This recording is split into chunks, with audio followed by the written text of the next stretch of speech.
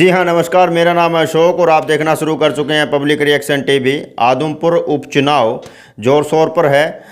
जो आम आदमी पार्टी है, भारतीय जनता पार्टी है, उन्होंने अपने कैंडिडेट मैदान में उतार दिए हैं। आईएनएलडी और कांग्रेस के द्वारा घोषणा की जानी बाकी है।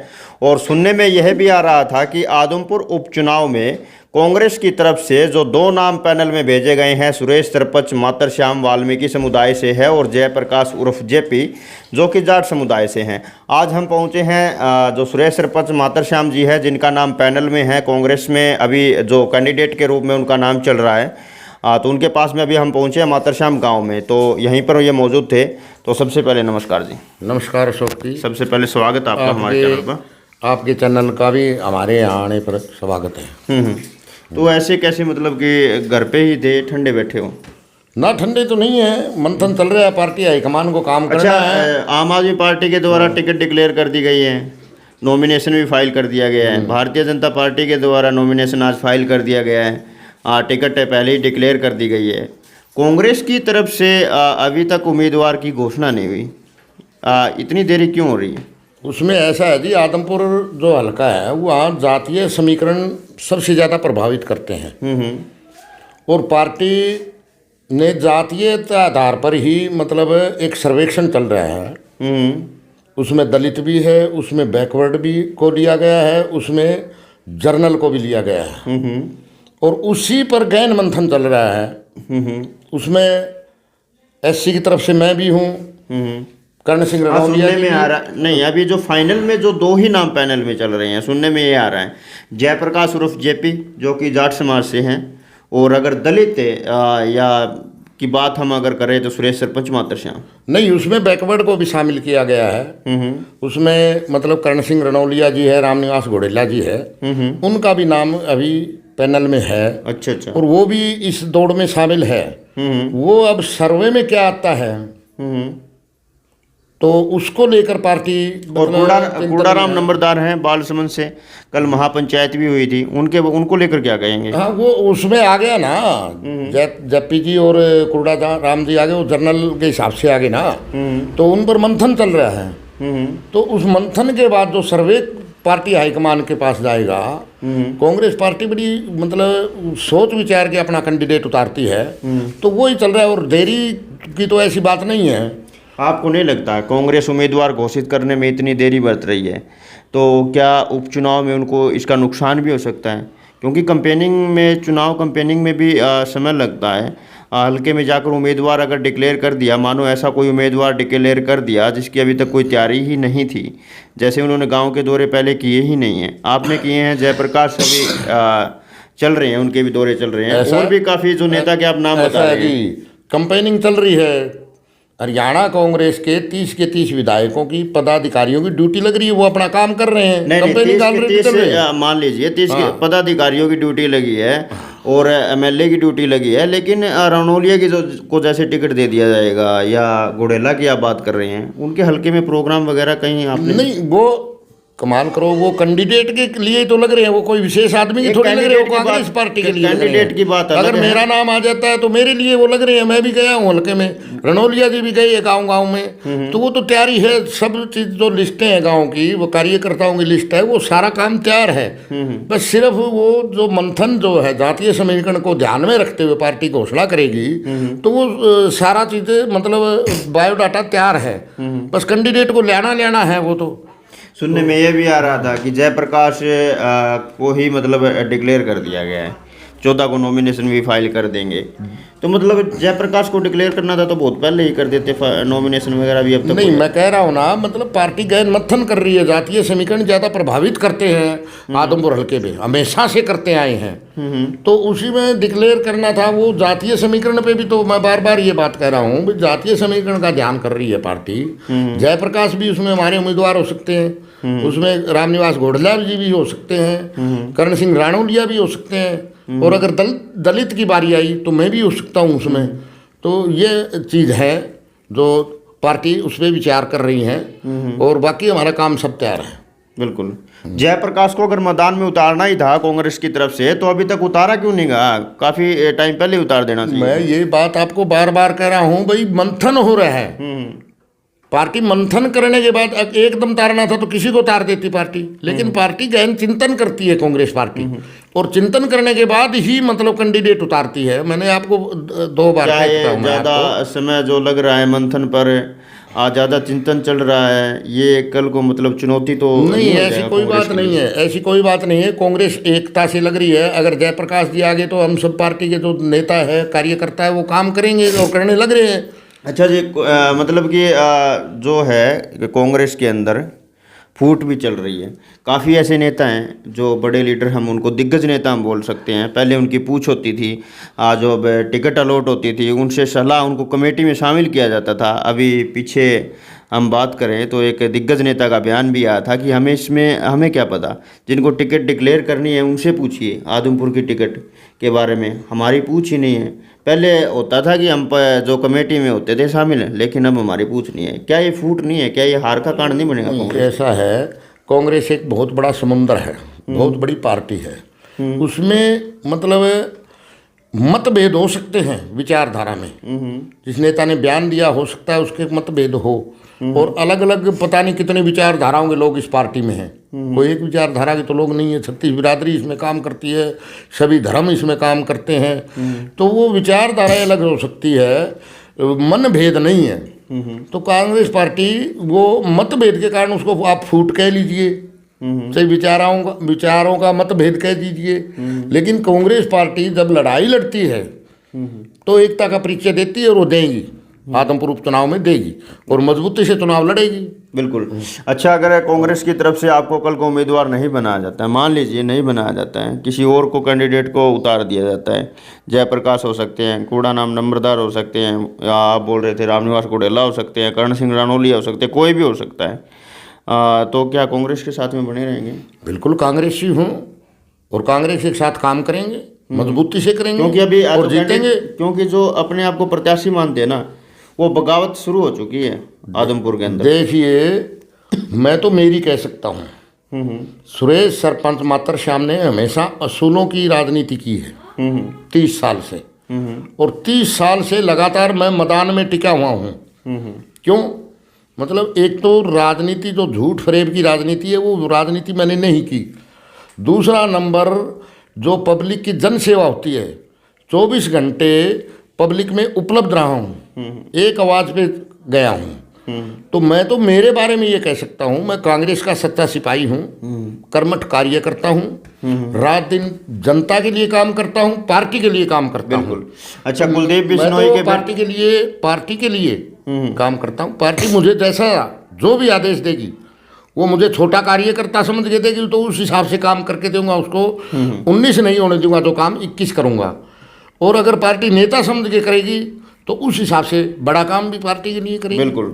अच्छा, कुलदीप बिश्नोई के बेटे भव्य बिश्नोई को भारतीय जनता पार्टी की तरफ से मैदान में उतारा गया है, और ऐसा होता है अक्सर, जनता मतलब सोचती है, हरियाणा में भारतीय जनता पार्टी की सरकार है कि स्टेट में जिस पार्टी की सरकार हो, उपचुनाव उन्हीं को जिताना चाहिए। और कुलदीप बिश्नोई का परिवार भी अक्सर कहता है कि आदमपुर जो है वो भजन लाल जी का गढ़ है। अच्छा, भव्य बिश्नोई चौधरी भजन लाल जी के पोते भी हैं, जिनके दादाजी मुख्यमंत्री रहे हैं हरियाणा के। हाँ, तो उनको किस वे में लेंगे? उनके पिताजी भी लगातार एमएलए बनते आ रहे हैं, कुलदीप बिश्नोई जी आदमपुर से। गढ़ किसी का नहीं है रहा है आज तक। आप इतिहास ठुआ के देख लीजिए, गढ़ बने हैं तो टूटे भी हैं, गढ़ बनते हैं तो वो टूटने के लिए बनते हैं, और तोड़ने वाले भी आते हैं।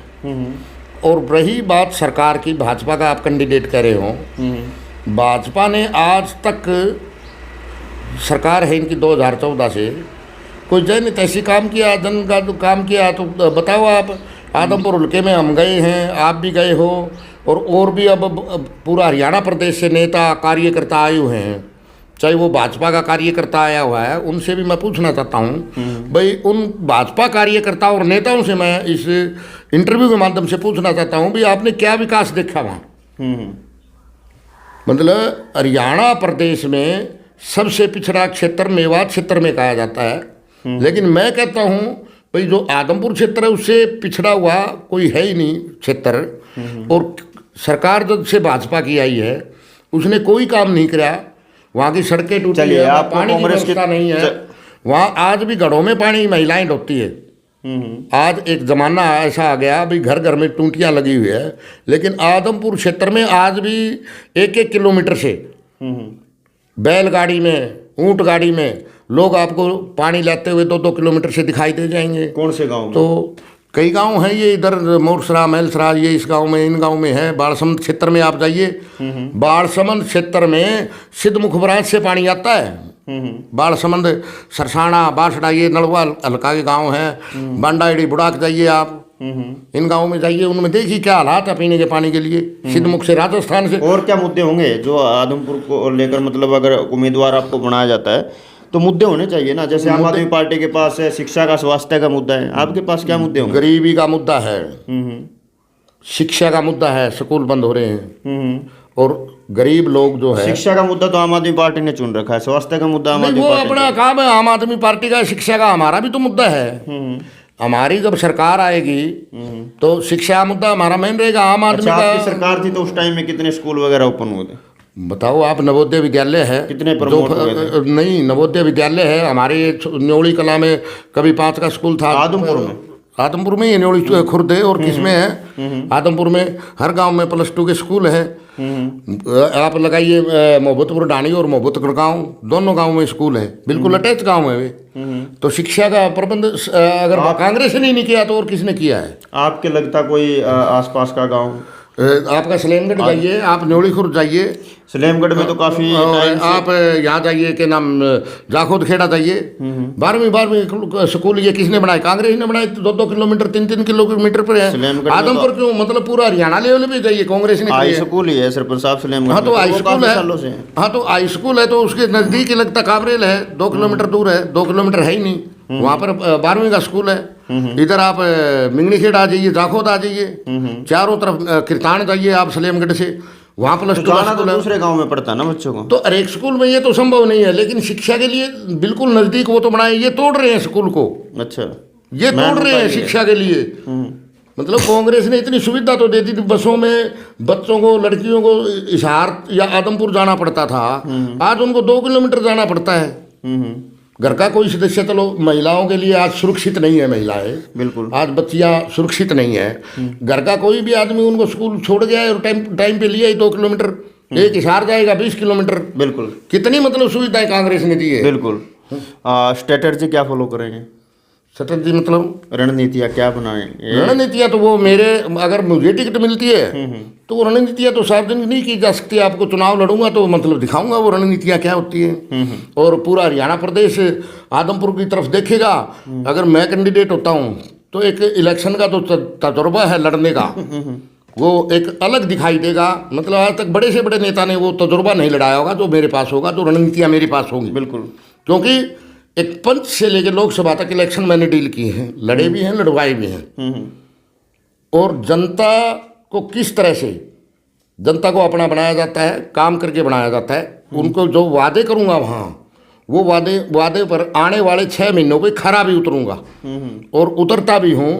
मैं सोशल मीडिया के माध्यम से 2011 में मैं सोशल मीडिया पे आया था, आज 11 साल हो गए, और निरंतर मतलब एक जन समस्या ही नहीं, पशु पक्षियों से लेके मतलब एक जो जीव जंतु अनमोल है उनको मुद्दों से लेके एक आम आदमी की समस्याएं तक मैं उठा रहा हूँ। और एक पानी, बिजली, सड़क, जो भी चीज़ें हैं वो सभी मुद्दे मैं उठा रहा हूँ और लोगों को पता है। बिल्कुल, तो वो मुद्दे मैं लेके जाऊंगा, वो चीज़ें मैं दिखाऊंगा लोगों को, आदमपुर हल्के के लोगों को। अगर मैं कैंडिडेट नहीं हुआ तो भी दिखाऊंगा, भाई हम ये कर रहे हैं। मैं कांग्रेस का सिपाही हूँ तो दिखाऊंगा भाई, बेशक मैं कैंडिडेट ना हूँ, लेकिन उनको दिखाऊंगा भी आपके बीच में अगर हमारा उम्मीदवार जीत गया और वो नहीं आएगा तो मैं आपके बीच में हूँ, उनका नुमाइंदा बनकर आपकी समस्याएं ठीक करूँगा। और ठीक करने का तजुर्बा भी है हमारे पास, लंबा तजुर्बा है, 30 साल का अनुभव है हमारे पास। जन समस्याएं एक विपक्षी की सरकार में भी हम कैसे ठीक करें। बिल्कुल। तो चलिए सरपंच साहब, अभी जो चुनाव का है वो माहौल गर्म चल रहा है और आपका नाम भी चर्चाओं में आ रहा था कि पैनल में सुरेश सरपंच मातरश्याम का नाम आदमपुर उपचुनाव के लिए कांग्रेस की तरफ से अभी मंथन उस पर चल रहा है। तो इसलिए चाहा कि सुरेश से जो सरपंच साहब हैं उनसे भी थोड़ी इस बारे में पूछ लिया जाए। तो कोई फ़ोन वगैरह भी आए हैं क्या ऊपर से? नेताओं से बात हुई है, कोशिश में लगे हुए हैं। कि भाई आपके नाम पर चर्चा की जा रही है, कुछ तैयारी शायरी करो। बिल्कुल, उदय बांजी से भी मेरी बात हुई है, बहन कुमारी शैलजा से ही मेरी बात हुई है। तो वो एक ही बात कह रहे हैं, भी मंथन चल रहा है। उन्होंने कुछ इशारा भी किया है क्या? भाई इशारा तो यही है, भी हो सकता है आपका नाम आ जाए। वही ये 3-4 नाम चल रहे हैं और उनमें मेरा नाम भी शामिल है। तो वो तो पार्टी हाईकमान जो करेगी वो मामला, मतलब वो जो भी फैसला हाईकमान करेगी मेरे को स्वीकार है। बिल्कुल। तो चलिए बातों को ज़्यादा लंबा ना करते हुए, क्योंकि चुनाव का माहौल है जो गर्म है, आपका नाम पैनल में चल रहा था तो इसलिए सोचा कि आपसे भी कुछ खास चर्चा की जाए। तो जाते जाते जो आदमपुर की ऑडियंस है, आदमपुर क्या पूरा हरियाणा देखेगा आपकी वीडियो को, तो क्या कहना चाहेंगे दर्शकों को? मैं आदमपुर की जनता को यही कहना चाहता हूँ कि अब समय आ गया है आपके लिए, एक ज़मीन से जुड़े हुए साधारण आदमी जो 24 घंटे आपको सर्विस दे सके, विदेशों में रहने वाले और इन वातानुकूलित कमरों में रहने वालों को छोड़िए। ये समय आता है जो 15 दिन का, 20 दिन का, उस समय आपके बीच में आके आपको बरगड़ा के आपका वोट को हथिया लेते हैं। आप अपने ही बीच का एक नुमाइंदा चुनिए और उसका ही समर्थन कीजिए। आपकी जीत होगी, वो उस उम्मीदवार की जीत होगी और आपकी भी जीत होगी, आपके काम भी बनेंगे। आपके बीच का चुनिए। बिल्कुल। तो चलिए जी, धन्यवाद। और आपकी इस वीडियो पर क्या राय है, क्या आपकी प्रतिक्रिया है, ज़रूर दीजिएगा। और जब तक बने रहिए हमारे चैनल के साथ। मिलते हैं नेक्स्ट वीडियो में। धन्यवाद।